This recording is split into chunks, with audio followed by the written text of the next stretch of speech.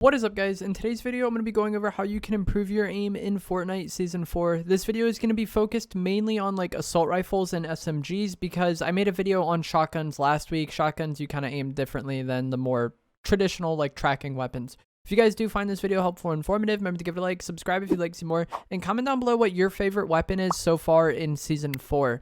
So the first thing we have to talk about is bloom and how the third-person assault rifles work, especially if you're a newer player that kind of got into the game for zero build.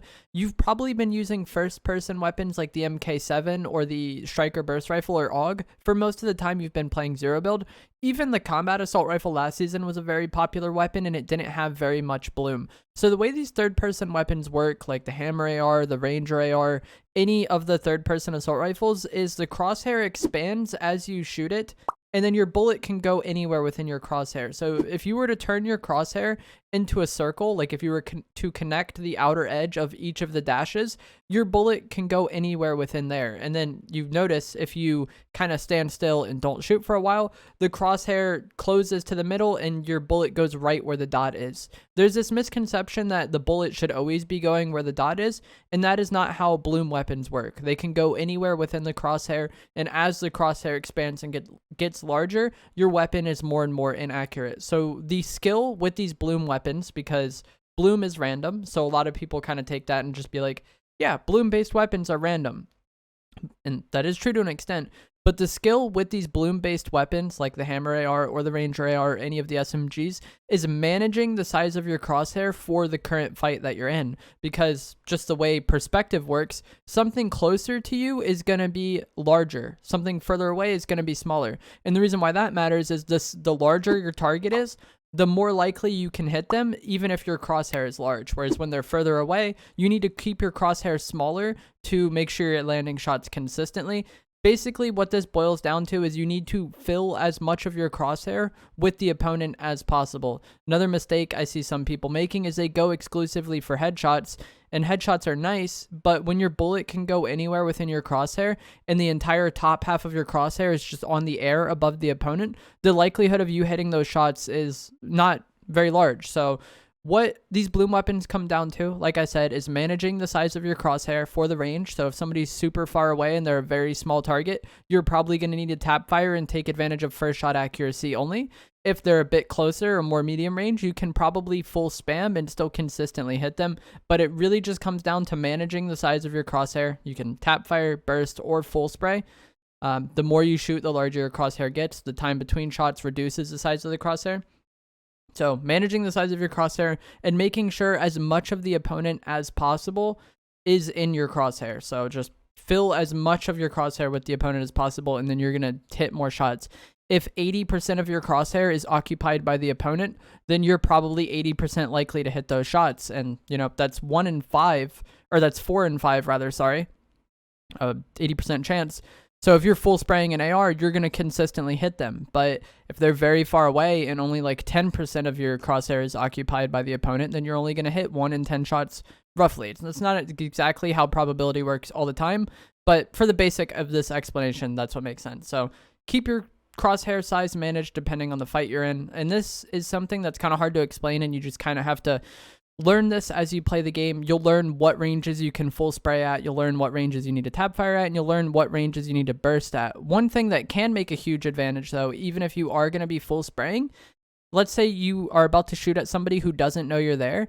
If you can stop and take advantage of first shot accuracy, that way you hit your earlier shots, this will be a huge deal. Because even if you're going to end up full spraying and end up with the larger crosshair, if your opening few shots are still going to be really accurate because bloom expands as you shoot. So if you wait for first shot accuracy to start shooting, you will not only have that first shot accuracy shot that's really good, but the following shots after that, it's not like the crosshair immediately balloons to the full size. Another thing you can do to manage this is crouching. Your crosshair is going to be smaller when you crouch, or standing still. Moving will make your crosshair larger. There's a trade-off there though, you know. Some fights that are more kind of close medium range with something like the Hammer AR, you want to be strafing and you want to be like crouch spamming or whatever, making yourself an awkward target to hit because the opponent is so close to you that you're likely going to hit the shots anyways. That kind of goes back to what I said about how range really matters in these regards. And it's just kind of something I feel like you get the hang of, and something that a lot of people are somewhat struggling with in Season 4. like I said earlier in the video, if you started playing with zero build, you've probably been using mostly first-person assault rifles or something like the combat AR, which had very little bloom.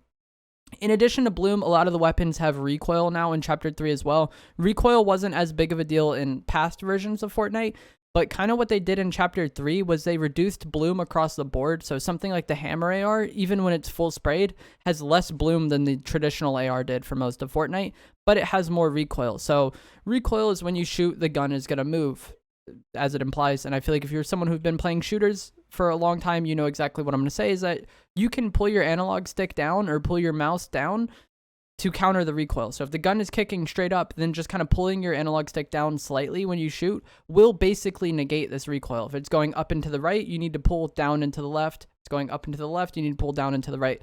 Basically, you pull your analog stick or mouse down slightly in the direction opposite of what the recoil is. And this is another thing that sounds weird at first, but if you've been playing shooters for a long time, you already know about this, I'm sure of it.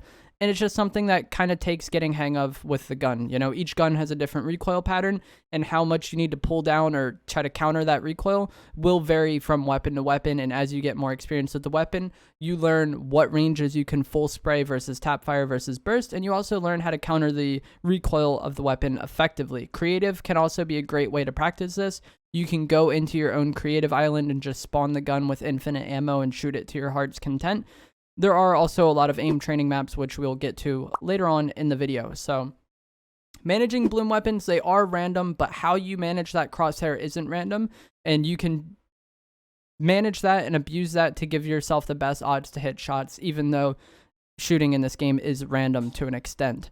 The next thing that is going to be super important with aiming in any game is going to be finding a sensitivity that works well for you. I have a video on finding a sensitivity that I recently posted, but when it comes to ADS, most people are kind of in the 10 to 15% range, but you really want something that's fast enough to where you can track people, but also slow enough to where you can counter that recoil and make the small adjustments needed, especially at longer ranges. If you're a controller player, you likely won't have aim assist at those ranges, so it will be harder for you to make small adjustments. I think personally I play 12% ADS, but it varies person to person.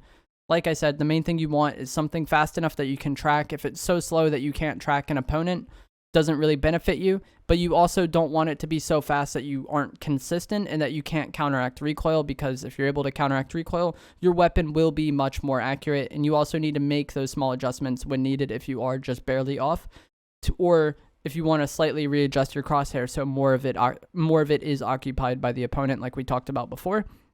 And this is just something that, once again, creative is a great way to practice this, and there are many creative maps for aim practice. I'll have the link or the code for the map that I use in the description down below, but there are countless aim training maps in Fortnite Creative. You could just go on YouTube and type in like Fortnite aim training map, and there's dozens of many different scenarios and many different maps that people have made to practice aiming. Personally, I don't think these are the most helpful. Some people really like them, but I play so much that I don't really need to practice or like warm up with assault rifle aim in Fortnite. It's just something I've always been kind of good at. But if you're a newer player or someone who's struggling to find a sensitivity or doesn't really understand the weapons, maybe something like this can help for you. But I find that the combat maps where you just fight people, or even something like Team Rumble, is actually much better for practicing assault rifle aim, because it is just, I think it's really simple. You know, you just hold down the trigger. It really just comes down to managing the reticle at certain ranges, and that practice you get fighting other people works really well. So any of the, fighting maps that I've recommended, like the Pit, the Coney Crossroads Deathmatch for zero build, or even something like Team Rumble, have had people complain about the creative videos I made in the past and say that the people in those lobbies are too good for them. And maybe something like Team Rumble can work well for you, because it is a more casual, mode where a lot of people respawn over and over again, and you can just get in fights. And this can be a decent way to practice the weapons if you just want to get like slightly more consistent with your AR tracking without having to worry about looting and without having to worry about like your game being over the moment you die. But that is going to be it for today's video. I hope you guys found it helpful and informative. I hope you understand the bloom based weapons better after watching this. If you did, remember to give it a like, subscribe if you like to see more, comment down below what your favorite weapon is in season 4, and I will see you guys in the next video. Thanks for watching. What? Why did I just go backwards? I wanted to go straight.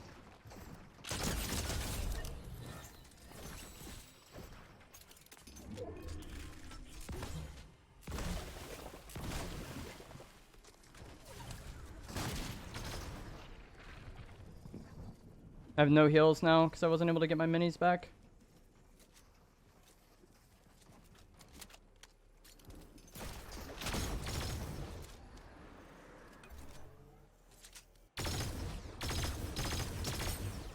We need a drop.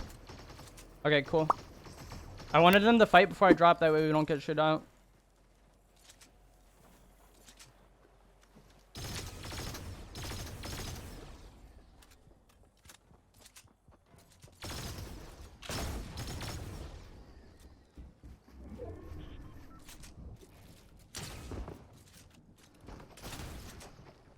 He's out of mats, I think.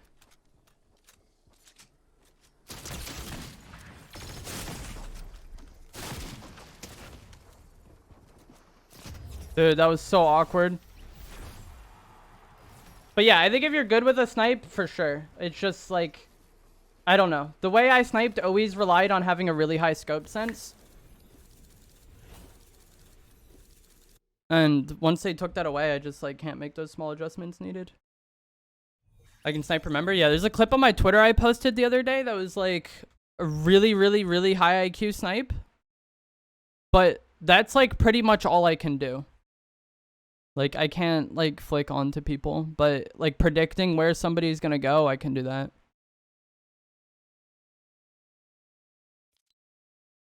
The car snipe? Yeah.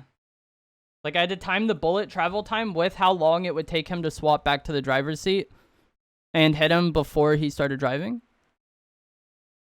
Like, it was kind of extra.